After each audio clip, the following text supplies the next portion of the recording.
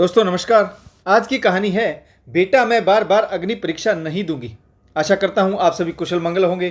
तो जिसने भी अभी तक चैनल को सब्सक्राइब नहीं किया है और जो भी चैनल पर पहली बार आए हैं तो चैनल को सब्सक्राइब करें और घंटी का बटन दबाकर ऑल का आइकन जरूर प्रेस करें ताकि हमारी आने वाली सभी कहानियाँ आप तक सबसे पहले पहुँचें। तो चलिए शुरू करते हैं आज की एक नई कहानी। घर का दरवाजा खोलते ही बेटे अमर ने अपनी माँ से सवाल किया, माँ इतनी रात तक कहाँ थी आप? सरिता जी बहुत थकी हुई और परेशान थी। जल्दी से अंदर आकर सोफे पर बैठते हुए बोली, बेटा आज वृद्धा आश्रम की रचना जी को अस्पताल में भर्ती कराना पड़ा। उनकी तबीयत बहुत खराब हो गई थी। फिर वह अपनी बहू छवि को की तरफ देखते हुए बोली, छवि बेटा एक गिलास पानी ला दो जरा, पानी पीकर सारी कहानी मैं बताती हूँ। सरिता जी की नज़र बेटे के चेहरे पर गई तो वह गुस्से से उन्हें घूर रहा था। पास खड़ी बहू छवि ने कहा, माँ जी इस उम्र में आपको ऐसी छिछोरी हरकत करते हुए शर्म नहीं आती? समाज सेवा के नाम पर ऐसे गुल खिलाते हुए आपको जरा भी लिहाज नहीं आती और ऊपर से झूठ भी बोल रही है। बेटे अमर और बहू छवि की बातें सुनकर सरिता जी को लगा जैसे उन्होंने उनके कानों में जलते अंगारे डाल दिए। सरिता जी को गुस्सा आ गया और वह बोली, मतलब मैं समझी नहीं, आज क्या हो गया है तुम दोनों को? क्या कहना चाहते हो? साफ साफ कहो। उनका बेटा अमर गुस्से से दांत पीसते हुए चिल्लाते हुए बोला, तो साफ साफ सुन लीजिए, कब बंद होगा आपका यह समाज सेवा का नाटक? सीता जी खड़ी हो गई और बोली, कौन सा नाटक?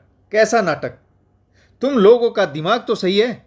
बहू छवि ने कहा, अरे मम्मी जी अपनी उम्र का कुछ तो लिहाज कीजिए, हमें तो कहने में भी शर्म आ रही है और आप है कि नाटक किए जा रही।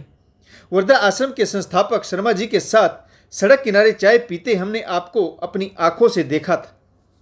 छवि ने जब ऐसा कहा तो सरिता जी को याद आया कि रचना को अस्पताल में भर्ती कराने के बाद वृद्धा आश्रम के संस्थापक शर्मा जी, सरिता जी और अन्य सभी लोग अस्पताल के बाहर चाय पीने लगे थे। बेटा और बहू एक के बाद एक बातों के तीर से सरिता जी का कलेजा छलनी किए जा रहे थे। आज अपने ही बेटे द्वारा किए गए ऐसे प्रश्न सरिता जी को घायल कर रहे थे। तभी अमर चिल्लाकर बोला, कान खोलकर सुन लो माँ जी, आज प्यार से बोल रहा हूं, आखिरी बार अपने कदम यहीं रोक लीजिए और यह गैर मर्दों से मिलना जुलना बंद कीजिए। अगर आपको मेरी बात समझ नहीं आई तो मुझे समझाने का दूसरा तरीका भी आता है।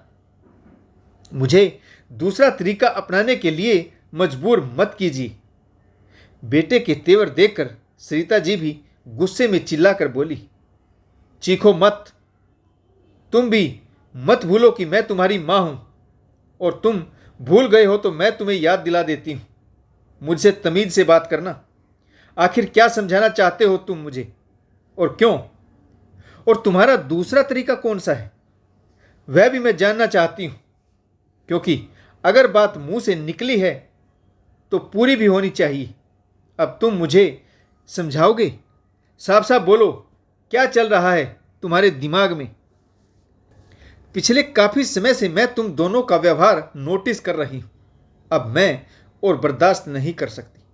मुझे भी साफ साफ ही सुनना है, लेकिन इससे पहले मैं तुमसे पूछना चाहती हूं, पहले जब घर के खर्चों को पूरा करने, तेरी पढ़ाई लिखाई के लिए और हमारी सारी ख्वाहिशों को मारकर मैं दिन रात एक कर रही थी, तब तो घर या बाहर समाज में किसी ने मुझ पर कोई उंगली नहीं उठाई। तू जानता है तेरी माँ ने आज तक पतिव्रता धर्म का पालन किया है। तू भी समाज में अपने मित्रों के साथ उठता बैठता रहा है, परंतु कभी किसी ने मेरे बारे में उल्टा सीधा कहने की हिम्मत नहीं जुटाई। तू ही बता, क्या तुझे मेरे बारे में कभी कुछ गलत सुनने को मिला? फिर आज अचानक से यह बदलाव कैसे और क्यों? 2 साल पहले जब तूने नौकरी ज्वाइन की उसके बाद भी तूने मुझे कभी कुछ नहीं कहा। तब तो तुझे कुछ भी गलत नहीं लगता था। तूने कभी नहीं पूछा मैं क्या करती हूँ, किससे मिलती हूँ और क्यों मिलती हूँ। लेकिन शादी के 1 साल में ही अचानक से तुम्हें मेरी इतनी फिक्र कैसे होने लगी? सरिता जी अपने बेटे को यह समझा ही रही थी कि बीच में बहू छवि ने चिल्लाते हुए बोली, अमर, इनको साफ साफ कह दो, अगर यहाँ रहना है तो हमारे हिसाब से रहना होगा, जैसे हम चाहते हैं। इनकी इज्जत हो ना हो, परंतु हमारी इज्जत तो है। हमें समाज में उठना बैठना है। इन्हें तो शर्म लिहाज है नहीं, परंतु हमें तो इसी गली मोहल्ले में रहना है, और अगर इन्हें हमारी शर्त के अनुसार नहीं रहना तो कह दो इनसे कि अपने रहने का इंतजाम वृद्धा आश्रम में ही कर ले। बेटे अमर ने सरिता जी को पलटकर जवाब दिया, सुन लिया आपने? अब बताइए आपका क्या फैसला है? आपको समाज सेवा का भूत उतर गया है या अभी बाकी है? सरिता जी ने बहू बेटे की यह बातें सुनी तो एक पल के लिए वह स्तब्ध रह गई। उन्होंने कहा, बिल्कुल सही कह रहे हो बेटा, भूत तो उतरा, लेकिन समाज सेवा का नहीं, बल्कि बेटे पर भरोसे का। मैंने तुम पर भरोसा और प्यार करने की जो गलती की, उसका भूत आज जरूर उतर गया। जब तुम्हारे पिताजी का देहांत हुआ था, तुम सिर्फ 2 महीने के थे और मैं 21 साल की। सामाजिक और पारिवारिक हर तरह का दबाव मुझ पर डाला गया, किंतु मैंने दूसरी शादी के लिए हाँ नहीं की, क्योंकि तुम्हारे पापा मेरी रूह में आज तक बसते हैं। मेरे जहन में कभी पर पुरुष का गलत ख्याल तक नहीं आया। तुम्हारे पिता की सरकारी नौकरी पाने के लिए तुम्हारे दादा दादी ने तुम्हारे चाचा के साथ मेरा पुनर्विवाह करवाना चाहा, परंतु मैं नहीं मानी, क्योंकि तुम्हारा चाचा पहले से शादीशुदा था और मैं तुम्हारे पापा को भुला नहीं सकती थी। मैं उसके नाम का पल्ला ओढ़कर तुम्हारा और तुम्हारे चाचा के बच्चों का भविष्य खराब करना नहीं चाहती थी। मैं जानती थी कि कोई साजिश रची जा रही। तुम्हारे दादा दादी चाहते थे कि मैं घर में उन पर आश्रित बनकर रहूं और तुम्हारे पिताजी की नौकरी तुम्हारे चाचा को मिल जाए। वह भयंकर डरावनी रात मैं आज तक नहीं भूली, जब तुम्हारा चाचा घर में शराब पीकर आया और मेरे कमरे में जबरदस्ती घुस गया। तुम सो रही थी। मैंने अपनी लाज बाथरूम में घुसकर बचाई। तुम्हारा चाचा भूखा बेडिया बनकर 1.5 घंटे तक दरवाजे के बाहर घात लगाए बैठा रहा। तुम्हारे दादा दादी सब जानते थे, परंतु उन्होंने चुप्पी साध ली। उस रात पूरे 3 घंटे में मैं बाथरूम में बंद रही। तुम्हारी चाची ने दरवाजे पर आकर मुझे सांत्वना दी। तब जाकर मैं बाहर निकली। बाहर आते ही तुझे सीने से लगा लिया। मैं बहुत डरी और सहमी हुई थी। तुम्हारी चाची मेरे सामने हाथ जोड़कर खड़ी हो गई और कहने लगी, मेरे बच्चों से उनका पिता मत छीनो, तुम यहाँ से चली जाओ।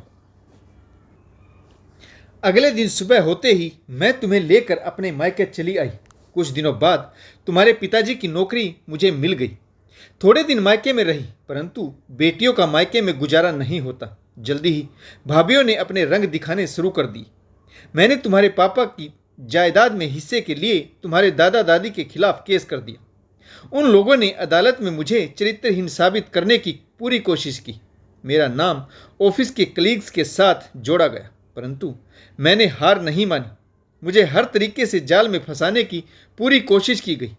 अंत में मैं केस जीत गई। ससुराल में रहना मेरे लिए आसान नहीं था।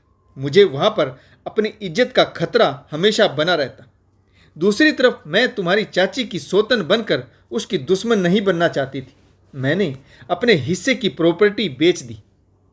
वहाँ से जो पैसे मिले और कुछ पैसे की EMI बंधवा ली। तब जाकर यह मकान खरीदा।